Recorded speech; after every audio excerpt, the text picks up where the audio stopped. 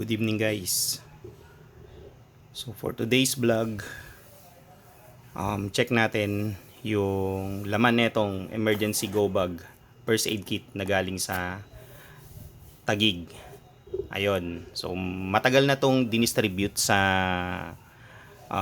ibang part ng ng Taguig or ibang barangay ng Taguig.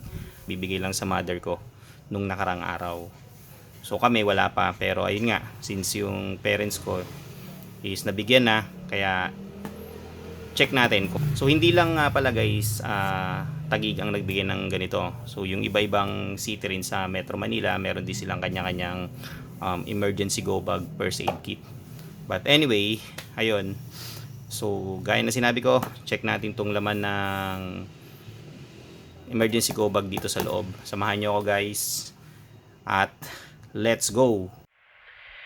Tara na, ikutin ang mundo na bawat langit ay bago na bawat lugar mo matatanaw. Lawrence Official, tara na.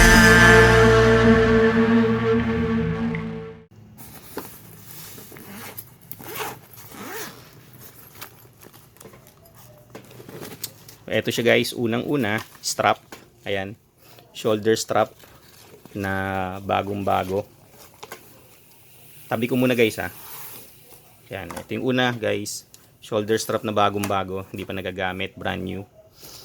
Tapos, ito pa. Emergency go bag guide for Taguigueños. Ayan. Be informed, be prepared, stay safe. So alam niyo naman siguro kung ano yung nasa loob nito. Ito yung mga tips.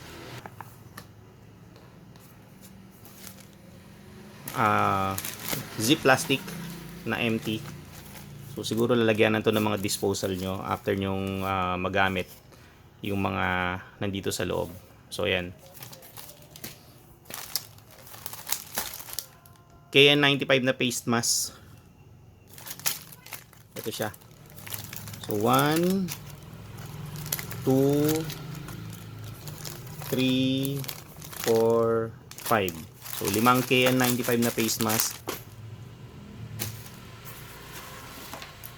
And then pinaka-exciting na part, yung first aid kit. Ayan, pero tingnan muna natin yung nandito. Meron pa. So wala na, empty na siya. Ay, ito, meron pala, sorry. So meron pa guys. Oops. Ito siya. Ano ba to? Hand pressing na flashlight. So ayan yung laman niya. So flashlight siya guys. Okay, later ano natin to, sama natin. So, tingnan natin, wala na, empty na. So dito na tayo guys sa first aid kit na mini bag. Yan o. Late lang yan guys, pwede nyo ilagay yan sa sa loob ng backpack nyo kapag magta-travel kayo. Ayan. Or pupunta man kayo kung saan. So ito na yun. Siyempre, unahin na natin tong flashlight bago itong nandito sa loob. So napaka simple, straightforward, maliit na flashlight. Merong strap. Ayan. Para hindi mahulog. Kabit nyo sa bag nyo. Or kung saan man na pwede yung pagkakabitan as long as meron kayo yung lock. So hindi naman siya kakasya sa wrist. Siguro pambata lang to. Ayan o. Tingnan natin ha. So pinipress siya guys. Ayan o, pinipress siya. Hindi lang natin sure kung paano siya, kung para saan tong pressing na to. Tingnan natin kung may ilaw ha. Yun! Nailaw siya. Ayan o. Nailaw siya guys. So working yung flashlight niya. Okay. Working. Brand new. Nasa box. So hand pressing na flashlights. Okay, next dito na tayo guys sa first aid kit. Ayan. Check na natin yung loob.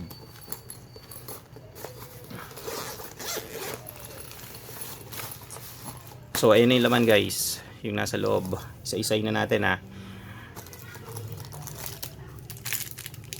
Elastic bandage from Partners.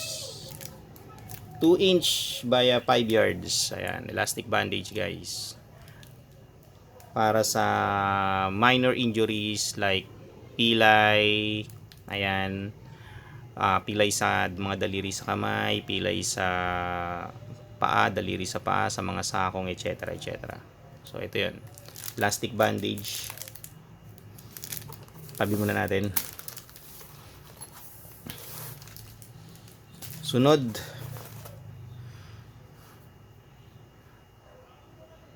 tape para sa gasa. Sa gauze, yan, tape siya.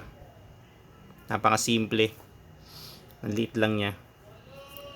Walang kaarte-arte, tape siya from Partners. Ano to? Tito guys, ayan, hindi ko na siya bubuksan kasi sealed siya, pero basically Tito siya, whistle. Ito yung lanyard niya. Ayan. Lanyard. Tito niya kulay blue. Para saan ginagamit ang pito? Syempre maraming purpose yan. Unang-una, pantawag. Pantawag to kapag hindi mo narinig na tinatawag ka. Ayan. So, pero ang main purpose na ito guys is pang emergency. So, for example, nasa buildings ka and then nagkaroon ng possible na earthquake, ayun. Para matuntun ka, kailangan nakasabit itong lanyard sa leg mo. And then, pipito ka lang kasi yun yung tanging way or tanging paraan para matuntun ka ng mga rescuer kung nasaan ka.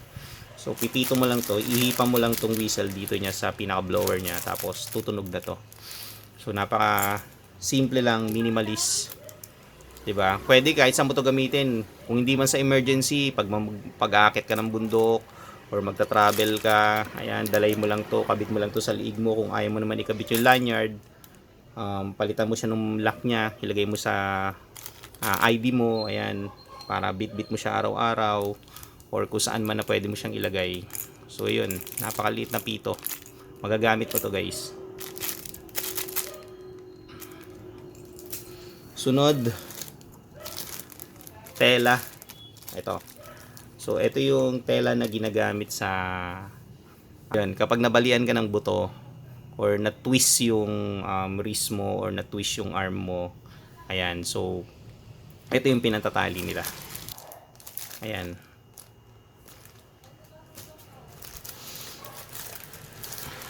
Oops, natanggal guys. Medical scissor. Hindi siya yung ordinary na gunting na ginagamit mo panggupit ng papel or panggupit ng kahit saan. Ayan. So, ibang klaseng gunting to guys. Ayan siya. Meron siya dito sa dulo na parang naka-bend na bakal. And then yung pinaka talim niya is may mga ngipin. Ayan, hindi lang makita kasi madilim. May mga ngipin siya na maliliit. Ayan. So, medical scissor to guys. Mostly ginagamit to sa mga gasa. Panggupit ng gasa, panggupit ng tape. So, anything goes in medical. Ayan yun. Ito. Scissor. Balik natin sa plastic. Natanggal siya sa pagkakadikit siguro. Medical scissor guys. Next, na nandito sa loob. Ito, pwede natin tanggalin. Check natin.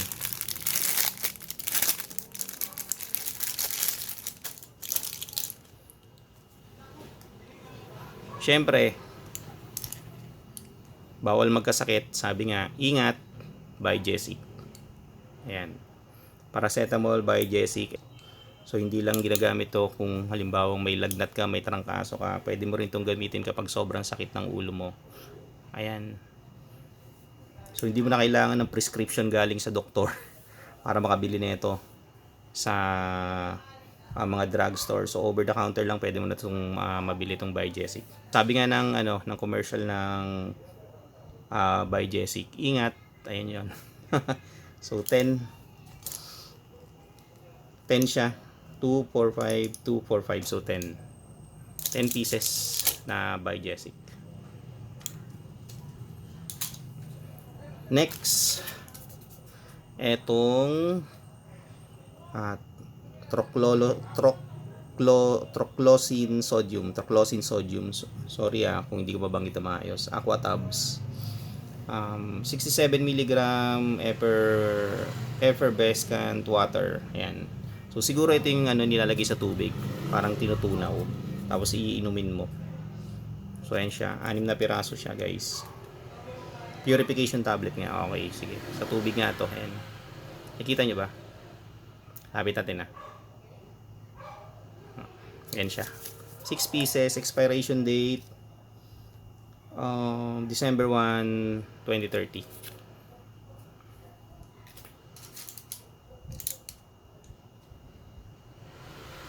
So, balikan natin yung by Jessic, guys. So, ang expiration date niya ay 2029 na yun. Hindi natin makita yan siya. So, March ng 2029 na yun. Okay? Siyempre, MediPlus. Dalawang MediPlus. Ayan. So, 1, 2, 3, 4, 5. So, 10 piraso to. 5 pieces each.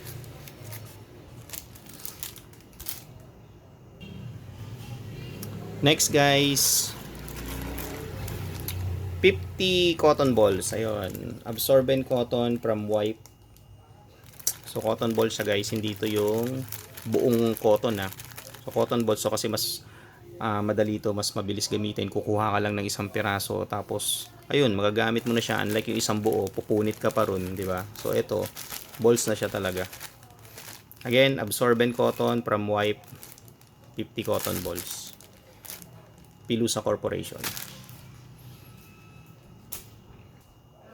Povidone iodine antiseptic for external use only. Ito siya. So, inilalagay ito sa bulak, pinapatak to sa bulak kapag nagkaroon ka ng sugat, tapos idadampi doon sa sugat para hindi ma-infection. Ayun na yun.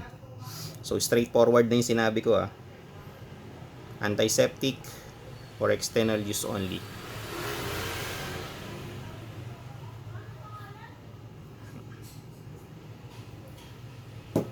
Sunod, hydrogen peroxide aka agua oxygenada.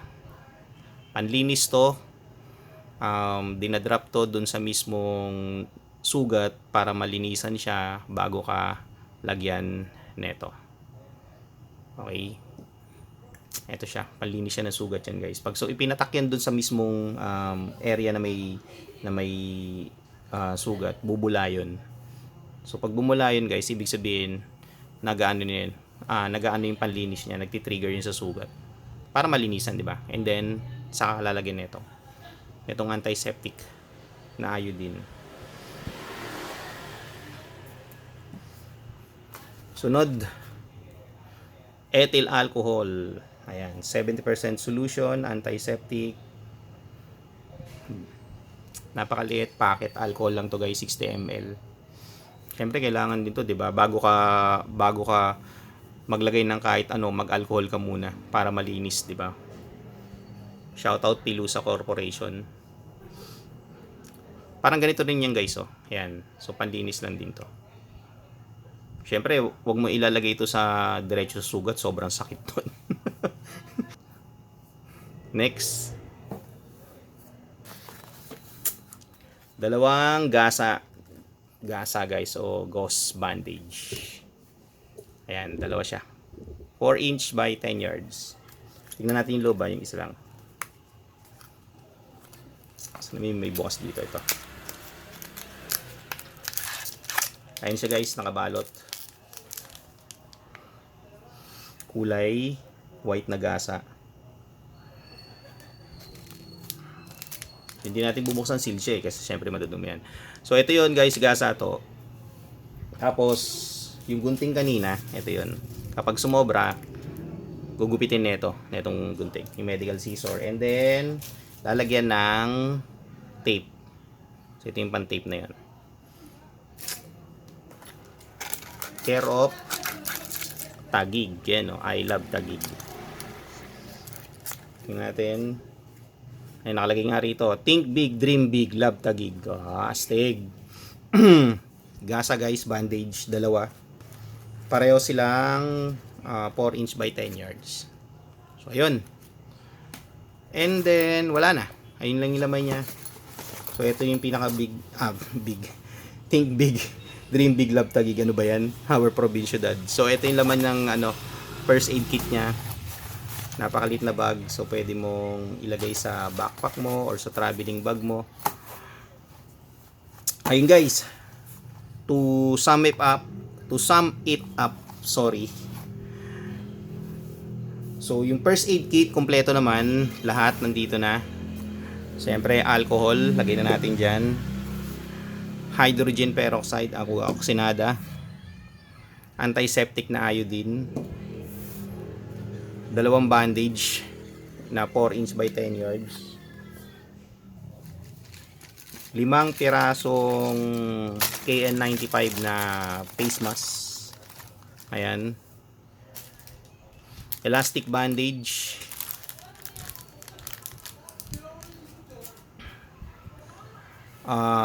Tape para sa benda, sa gasa, tape yan. Medicine by Jessic, Aquatabs, tsaka Mediplus. And then, ano pa ba? Pito, whistle, flashlight na merong strap. Ayan. Urong lang natin ah. Okay. Cotton balls, 50 pieces. 50 balls pala, sorry. Medical scissor. Ayan, dyan ka muna. Benda, yung tela na pang help para hindi gumalaw-galaw yung pilay mo. Ito yung nilalagay. So wala na. At saka lastly, guide na manual kung paano at para saan mo magagamit itong mga emergency go bag first aid kit mo. So ayun guys, yun lang yung laman ng first aid kit na nakalagay sa loob ng emergency go bag na galing sa Taguig. So basically talagang first aid kit lang talaga siya. So hindi siya yung mga kit na bibili ka man na sobrang mamahala yon. So pang ano lang to guys, pang on the go medical kit. So very straightforward, napaka minimalist, nakalagay lang siya sa napakaliit na first aid kit bag. Pwede mo ilagay sa bahay nyo kung meron kang storage ng first aid kit, or kung magta-travel ka, lagay mo sa traveling bag mo, sa backpack mo. Ayun. Maraming salamat sa Taguig sa pag-provide ninyo sa amin ng emergency go bag first aid kit. Malaking tulong na to para sa in case na magkaroon ng emergency, nandito lang siya sa nakalagay sa first aid kit, madadala namin agad. Maraming salamat Taguig sa pagbigay nyo sa amin ng first aid kit. So hanggang sa susunod na huling at saka unboxing guys. Peace out.